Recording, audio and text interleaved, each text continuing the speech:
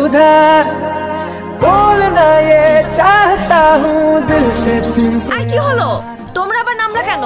আসলে হয়েছে কি আমার আব্বু আজকে তাড়াতাড়ি বাসায় যাইতে বলছিল, জরুরি কিছু ওষুধ নিয়ে। আজকে যদি কলেজ দেরিতেও ছুটি হইতো আমার তাড়াতাড়ি যাইতে হইতো। তুমি এক কাজ করো, তুমিও নেমে আসো, আমরা কালকে ঘুরে বেড়াবো। তোমাদের জন্য তো আমি আমার নৌকা ভ্রমণ ক্যান্সেল করতে পারবো না, তোমরা যাও। চাচা বোট ছাড়েন। আরে বস কি অবস্থা, কেমন আছেন? বস আপনি ওইদিন ছেলেটাকে যে থাপ্পড়টা দিলেন না, আমি তো দেখেই ফিদা হয়ে গেছি। আপনার সানগ্লাসটা তো সুন্দর আছে, দেখি দেখি। কি বস কেমন লাগতেছে? এই মানিক নৌকা ভিড়া। আপনি তো কি কথাও বলতে পারেন, আমি তো ভাবছিলাম শুধু আপনি ঢিসুম ঢিসুম করে মারামারি করতে পারেন। বস ভদ্রতা জানা নেই আপনার?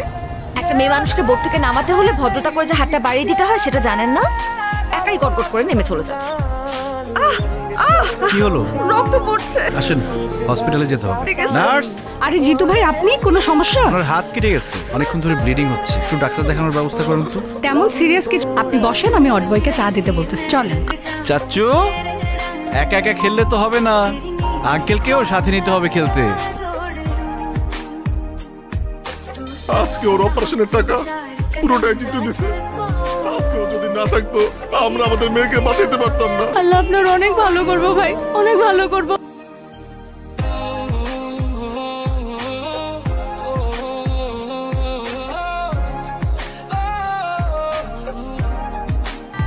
ট্রিটমেন্ট তো হয়ে গেছে, আবার কি? ট্রিটমেন্ট হয়ে গেছে তো কি হয়েছে, আমাকে বাসায় দিয়ে আসতে হবে না? আর এই হাত পাটা নিয়ে কি আমি একা যেতে পারবো? চলেন চলেন তাড়াতাড়ি চলেন।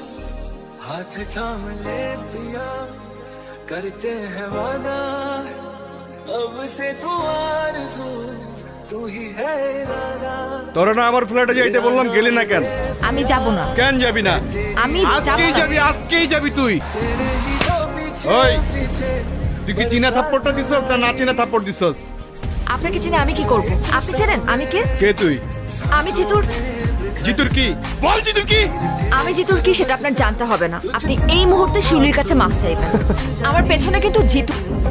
কই পিছনে তো কোনো কাউয়া দেখি না। নাই নিস না কেন? নে কার্ড করবো, অনেক তো পটপট করলাম তাই না? জিতুরে বলিস তোর আব্বা আসছিল, যা।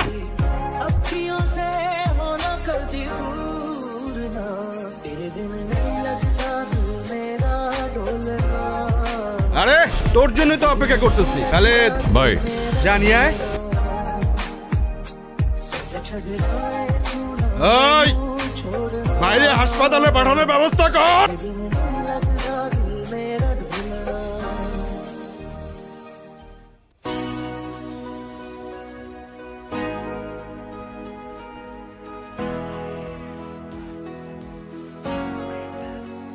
বাবা তুমি কি কোনো কিছু নিয়ে চিন্তিত? তেমন কিছু না, দর্জি পাড়ার ছেলেরা একটু ঝামেলা করতেছে, এনজিওর কার্যক্রম চালানো খুব মুশকিল হয়ে গেছে। এতে এত চিন্তা করার কিছু নেই, তুমি চাইলে আমি আমার এক ফ্রেন্ডের সাথে কথা বলতে পারি। ওই যে সেদিন আমাকে হসপিটালে নিয়ে গেল জিতু, আমি কি একবার কথা বলে দেখবো? আরে না না, ওই ছেলেটার ব্যাপারে আমি সবকিছু শুনছি, খুবই খারাপ ছেলে। আমার যদি বেতন বন্ধ হয়ে যায় কোনো সমস্যা নাই, তারপর কোনো সন্ত্রাসী সাহায্য নিতে আমি যাবো না। এটা তুমি কি বললে বাবা? একটা মানুষকে তুমি দেখলে না, তার সাথে কথা বললে না, কিন্তু তার ব্যাপারে এত সহজে জাজমেন্ট করে বসলে। জিতু খুবই ভালো মা, বিনা যুক্তিতে কারো গায়ে হাত পর্যন্ত তোলে। তুই কি কলেজে পড়াশোনা করতে যাস নাকি সন্ত্রাসীদের সাথে আড্ডা মারতে যাস? দুই আঙ্গুল মাইয়া এখনই মানুষ চিনে গেছস, থাপ্পড় দিয়া কান গরম করে ফেলাম।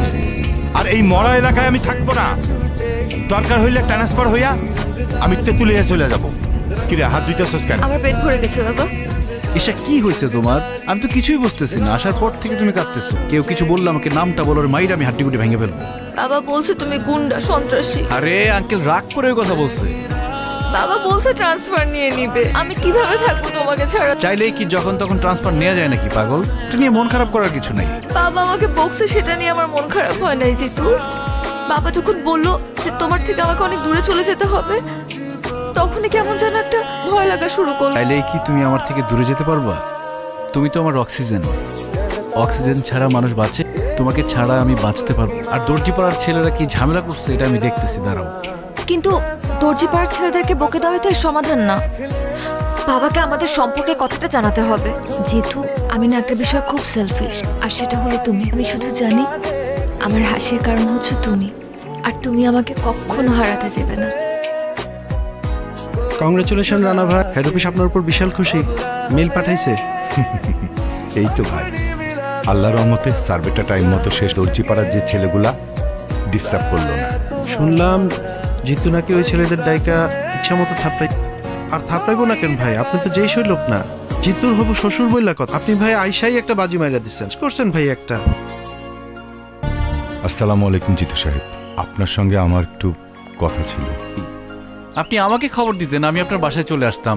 আমি আসলে আপনার সঙ্গে একটু একা কথা বলতে চাচ্ছি। আমার মেয়ে এসা বয়স কম, ও একটা ফ্যান্টাসির মধ্যে বসবাস করতেছে। আমার মনে অবস্থা বোঝার মতো অবস্থা ওর নাই। তাই একটা অসহায় বাবা হিসেবে আপনার কাছে আসা ছাড়া আমার কোনো উপায় ছিল না। আমি জানি আমার মেয়েটা আপনাকে ভালোবাসে। ও যেটাকে ভালোবাসা মনে করতেছে আসলে সেটা তো ভালোবাসা না, শুধু একটা মোহ। তাই একজন অসহায় বাবা হিসেবে আপনাদের আমি অনুরোধ করতেছি, আমার মেয়েটার সাথে আপনি আর বন্ধুত্ব রাখেন না প্লিজ। তো তোমাদের যেটা বলছিলাম, ঠিকমতো ক্লাস করবা, কোনো ঝামেলা হইলে আমাকে বলবা। তোমার সাথে আমার কথা আছে জিতু। কি সমস্যা, কি হয়েছে? লাইব্রেরিতে তখন ইগনোর করলা, ক্লাসে দেখেও না দেখার ভান করলা, এখন এখান থেকে সরে যেতে চাচ্ছিলা। সমস্যাটা কোথায় হচ্ছে বলো তো? তোমার বাবা এসেছিলেন আমার সাথে দেখা করতে। উনি বলেছেন আমাদের বন্ধুত্ব যাতে আর না রাখে। বাবা বললো আর তুমি মেনে নিলা যে আমরা একে অপরের প্রতি কমিটেড? তুমি তো চাইলেই যখন তখন আমাকে ছেড়ে চলে যেতে পারো না এভাবে। দেখো ঈশা, আমি আসলে কমিটমেন্টের মূল্য দিতে চাই। প্রত্যেকটা সন্তানের সাথে তাদের বাবা মার একটা অলিখিত কমিটমেন্ট থাকে। সেটা হচ্ছে বাবা মার জন্য যাতে তাদের সন্তান কখনো দুশ্চিন্তার কারণ না হয়। শুধুমাত্র তুমি তোমার বাবার থেকে দূরে চলে যাও, তোমাদের পরিবারের মধ্যে একটা ভাঙন ঘটুক, আমি এটা চাই না। আমার এই মুহূর্তে তোমার সাথে কথা আছে। তুমি জিতুকে কি বলছো বাবা? তুমি এমন কোনো কথা বলতে পারো না যার জন্য আমার ভালোবাসার মানুষটা আমার থেকে দূরে সরে যেতে, শুধুমাত্র তোমার কথার সম্মান রাখার জন্য। আমি তোকে কিন্তু কোনোদিন কোনো কাজে বাধা দেইনি, কারণ খুব ছোটবেলায় তোর মা আমাদেরকে ছেড়ে চলে যায়। তাই বলে একটা রং মানুষকে ভালোবাসবি আর আমি সেটা মেনে নেব, এটা তুই ভাবলি কি করে? জিতু তো রং মানুষ না বাবা, বরং তুমি তাকে রং ওয়েতে দেখছো। শুধুমাত্র আশেপাশে ঘটে যাওয়া কিছু ঘটনা আর মানুষদের থেকে শোনা কিছু কথা নিয়ে তুমি ডিসিশন নিয়ে নিলে যে জিতু একজন সন্ত্রাসী। আচ্ছা, তোর সিদ্ধান্ত কি? আমি চাই জিতুকে বিয়ে করতে, সেখানে তোমার মত থাকুক আর নাই থাকুক। আমি সিদ্ধান্ত নিছি, তোর ব্যাপারে জিতুর সাথে কথা বলবো, তুই ওকে ডাকবি। কিউ বাবা? হ্যালো, কোথায় তুমি?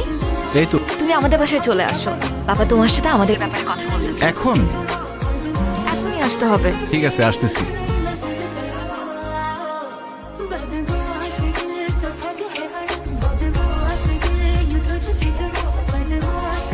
জিতু!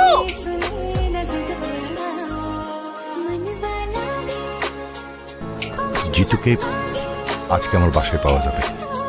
আপনারা কি করবেন আমি জানতেও চাই না। আমি শুধু আমার মেয়ের ভালোর জন্য এই কাজটা করলাম।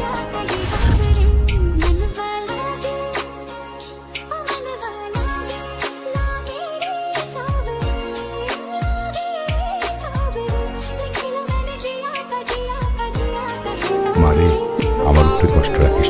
বাবা তুমি খাও তো, কারোর জন্য তো কারোর জীবন থেমে থাকে না। ना भाए सावरे